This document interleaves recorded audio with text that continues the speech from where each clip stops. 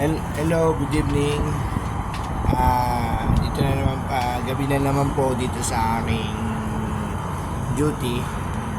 Ay ngayon po ay papakita ko po sa inyo ang kaganapan dito po sa harap ng sa paligid at harap po ng Jeddah Stadium dito po sa dinudutihan. Ayan po.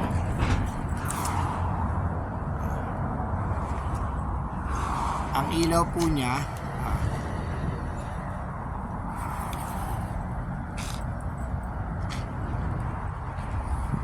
yan po ang ilaw sa paligid ng Jeddah Stadium. Ito yun naman po ang effects. Gawa po ng bukas po, ang ganapan po kasi dito bukas dito po sa Saudi ay bukas po ay Saudi Day. Ayan. Kaya po ang ilaw na yan ay mapangakit. Ang ilaw na yan ay mapangakit. Yan po yung inaakit, mapangakit sa mga lokal. Ganito po.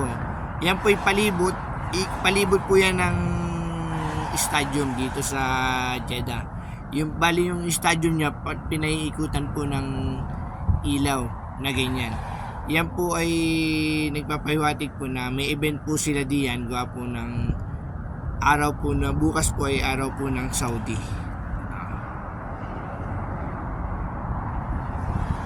Ganda. Yan. Mas maganda pa po ang mangyayari bukas diyan.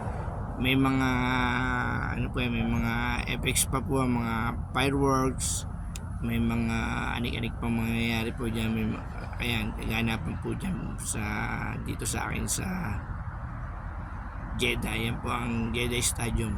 Yan po ay narito lang po sa harap ng aking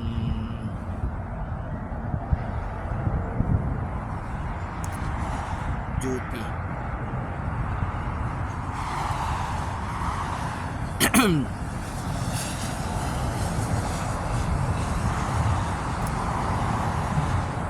Mas maganda. Yan po ay yan pong ilaw na yan ay sa totoo lang po, yan pong ilaw na yan na nakikita ninyo, ayan po ay hanggang may dilim. Bukas pa po yung mamamatay mga 5 o'clock.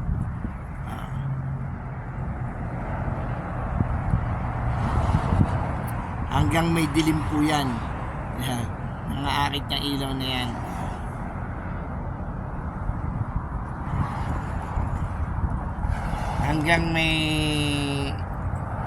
Hanggang sa nakikita nyo may dilim, yan po hindi nila papatayin. At tingnan, ang ganda po ng buwan, no? Kita nyo yung buwan na yun sa likod ko. Yan po ang kaganapan ngayon dito sa Jeddah Stadium. Dito lang po yan sa Jeddah.